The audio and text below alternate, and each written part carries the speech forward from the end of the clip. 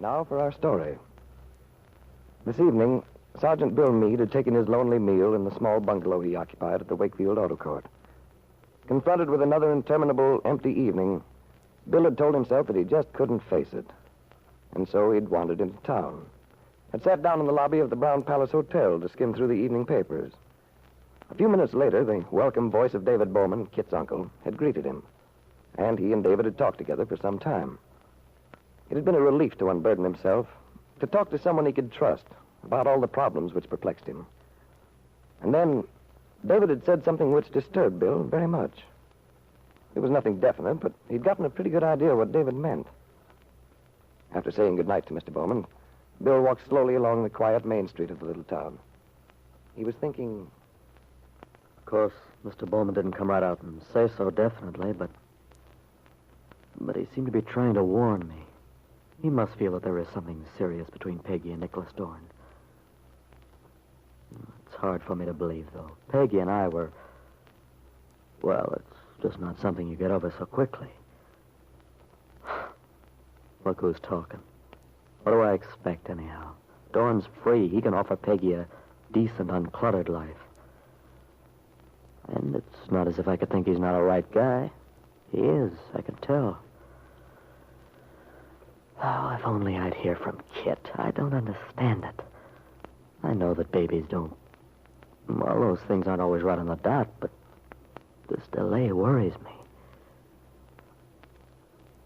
I wonder if Kit's all right. Oh, she has to be. Now, when Kit comes back, I'll get this whole mess straightened out once and for all. If it isn't too late by then. As a troubled Bill Meade struggles against a growing conviction that he's about to lose the opportunity to make things right with Peggy, the two young people upon whom Bill's thoughts are concentrated have just seated themselves in the outside lobby of Wakefield's only motion picture theater to wait for the beginning of the feature. Nicholas Dorn seems a little self-conscious as he says, I hope you don't mind this too much, Peggy. Oh, that's all right, Nicholas. I don't mind at all, really. I just can't stand going into a picture in the middle. As a writer, it infuriates me. All right, all right. I hereby promise solemnly that never again will I enter a picture after the very first moment. There, does that satisfy you? Thank you, Miss Douglas. I accept your pledge. Your hand, please. Sir? Well, now that we've agreed on our approach to the drama, what sort of a day do you have? I guess you'd call it a fair to middling day. Not, as we say back home in Hollywood, a super colossal affair? No, I'm afraid not. Oh, I'd hoped your day would have been as exciting as mine was. Really? What happened to you? Well, for one thing, I got a wonderful idea for a story. First one I've liked for ages. Oh, that's nice. Tell me about it. No, I couldn't do that. It's the worst thing I can do. Tell a story before I write it. Oh, I don't see why. I should think it would help you to get it straight in your own mind. It would seem logical, I guess. But actually, what happens is that after you tell it, you feel as if it's as good as written, so there's just no point in putting it down on paper. Goodness. Is that why writers are always supposed to be such silent, introverted characters? I guess they're afraid if they open their mouths, they might inadvertently let a story out. And then where would they be? Peggy, you're wonderful. We do have a lot of fun together, don't we? Yes, Nicholas. You know, Peggy, we've never actually discussed any plans. Plans? In what way? Everyone getting married has to have plans. Economic, for instance. Aren't you interested in my financial status? Well, to tell the truth, I've never thought about it. Well, it's time you did. Might be sorry if I wasn't able to tell you that I've stashed away a pretty decent little sum of money. Not so much as I should have, but enough to provide security for two people on a moderate scale. That sounds all right to me. Of course, if it hadn't been for the extravagance of a certain young woman named Julie, I have a great deal more.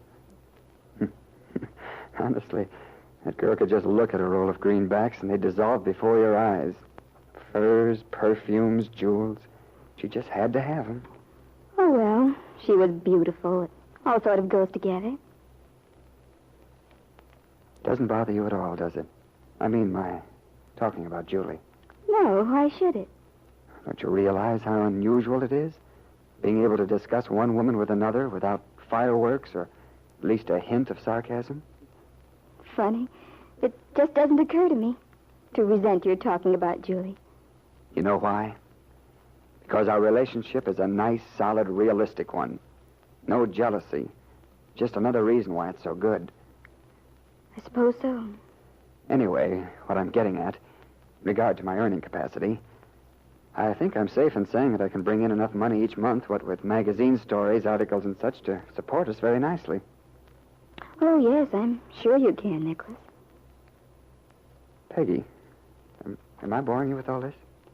I know. What makes you ask that? You seem rather far away, not quite with it. Oh, I'm sorry, Nicholas. Maybe I am a little absent-minded tonight. I was thinking about Aunt Mary.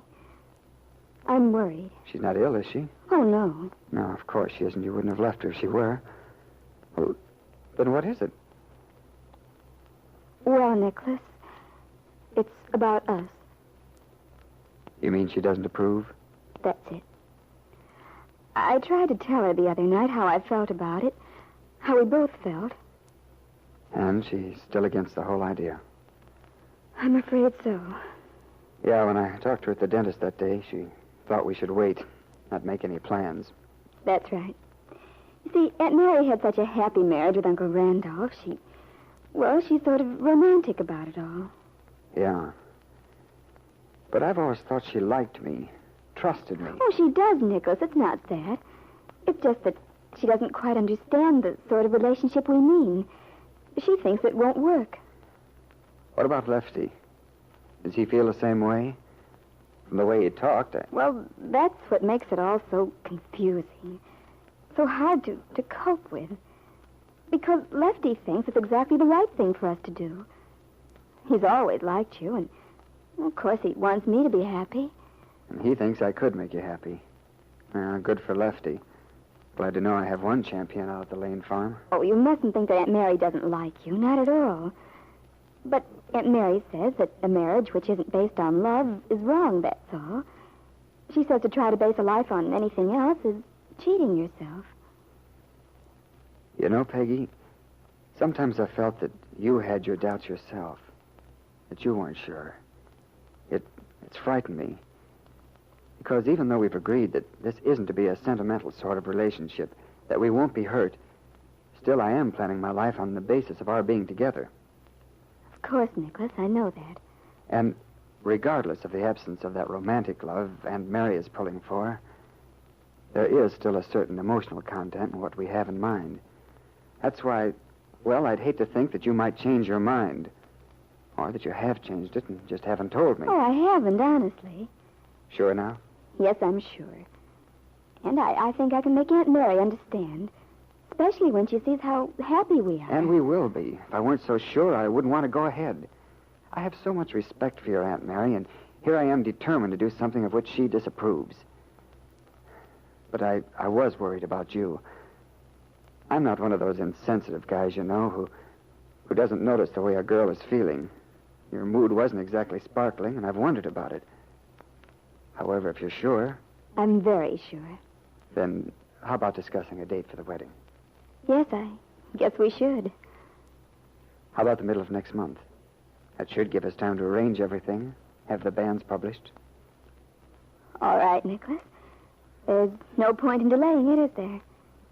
Yes, the middle of next month will be fine.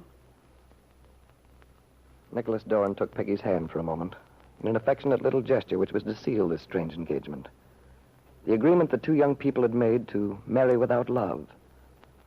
I wonder how you'd feel, Peggy, if you knew the thoughts of Bill Meade tonight. If you realized how eagerly he looks forward to the moment when he can tell you his intentions. How he plans to divorce Kit, and how much he hopes you'll understand and forgive.